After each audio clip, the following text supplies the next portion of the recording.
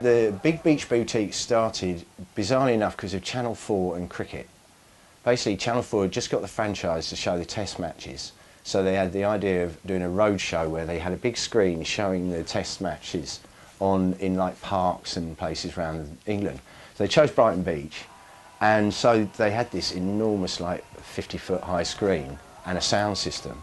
And then they just said, well, in the evening after the cricket session, why don't we have a party? Who's a DJ in Brighton might want to run a party. So they just invited us along on the back of the cricket. Now, by the Friday night when we did the party, England had already completely lost the cricket match. No one was interested in it at all. But the idea of me playing on Brighton Beach on my home, my home turf to my home crowd had attracted 65,000 people who all had a fantastic time. And so we did it again ourselves the second year, and 250,000 people came, which was fantastic. And if I died tomorrow, that would probably be something that I would I could die happy knowing that I've done that. People called it norm stock.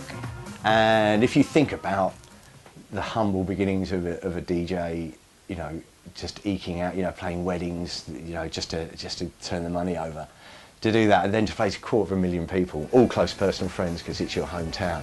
Yeah, you don't get a buzz like that more than once in your life. After the first one, I remember saying to my manager, we went back in and we said, that's it, how do you ever top that? So the year after we did top that. What we do afterwards, we'd party like idiots for about 2.5 days. We were still partying when we were getting the Sunday papers, reading about the gig. And unfortunately reading about all the bad stuff that had happened at the second one. Like one poor girl died afterwards, and just the devastation and the trains, no one could get home and everything. After 4 years, 4 parties on the beach, after we did the second really big one, the council said, look, you can't just invite everyone to Brighton and have them invade the place. So we had to fence it in. We moved it along the beach somewhere where it's more away from like the town centre. And so we did 2 more there, but it's a very long, thin area, and it sort of kind of worked, but the council just made it too expensive. We have to pay for every policeman and ambulance in the whole of Sussex for that night. And it was too difficult logistically to do it on the beach anymore.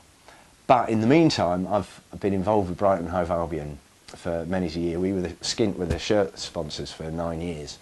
And we've just built and opened a brand new stadium. So we thought it would be a wheeze to move the beach party semi-indoors to a football stadium. And these will be the opening shows for pop concerts or raves. As far as I know, no one's ever done a rave in a football stadium before. You've seen kind of like Live Aid and things, but no one's ever actually done a rave. And the sound system is going to be fantastic, like quadraphonic. So it'd be like a big outdoor, half outdoor club. The turf will be covered with metal grills, the crowd will be on the pitch and on the west stand, and the whole of the east stand will become the stage, and we can do amazing production, because before, on the beach, we only had 12 hours to shut the road and build it, and then we had to whip it down. This time we've got like a week to build a big production. Most gigs would be kind of long and thin with a stage at the end of it, but this, we've gone sideways onto the pitch, and there's nothing that says that the stage can't go along the whole width of the crowd rather than everybody like looking down on it. So it's going to be a very, very wide stage with a lot visually going on it. And yeah, I mean, potentially it could be the gig of my career. The greatest things about curating and putting a show on yourself is you can be a bit, well, selfish. And one of the selfish things is, I just want DJs on. I'm not putting celebrities on, I'm putting the cream of England's DJs, well, cream of the world's DJs, mainly England. So as soon as you have bands on, the changeover times, and you have to wheel bands on and off. So no, it's purely a DJs thing, by DJs, for DJs. It's definitely going to be the party of the year in Brighton. Friday, I think it kicks off at 5, but it's not late yet, we have to finish it like 11. So Friday night is house night. And having Carl Cox do it on the Friday night, he's a Brighton boy. He was one of the people who taught me to mix years and years ago. So we've got Maya Jane Coles, Luciano, Carl, and me, I think.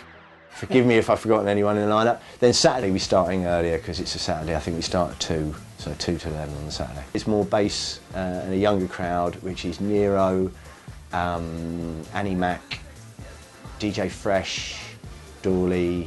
Oh, and we got Two Bears on Friday night as well. But basically, Friday night is house night, if you like that, and if you like your beats a bit bassier, Saturday, on the 1st and 2nd of June, 2012.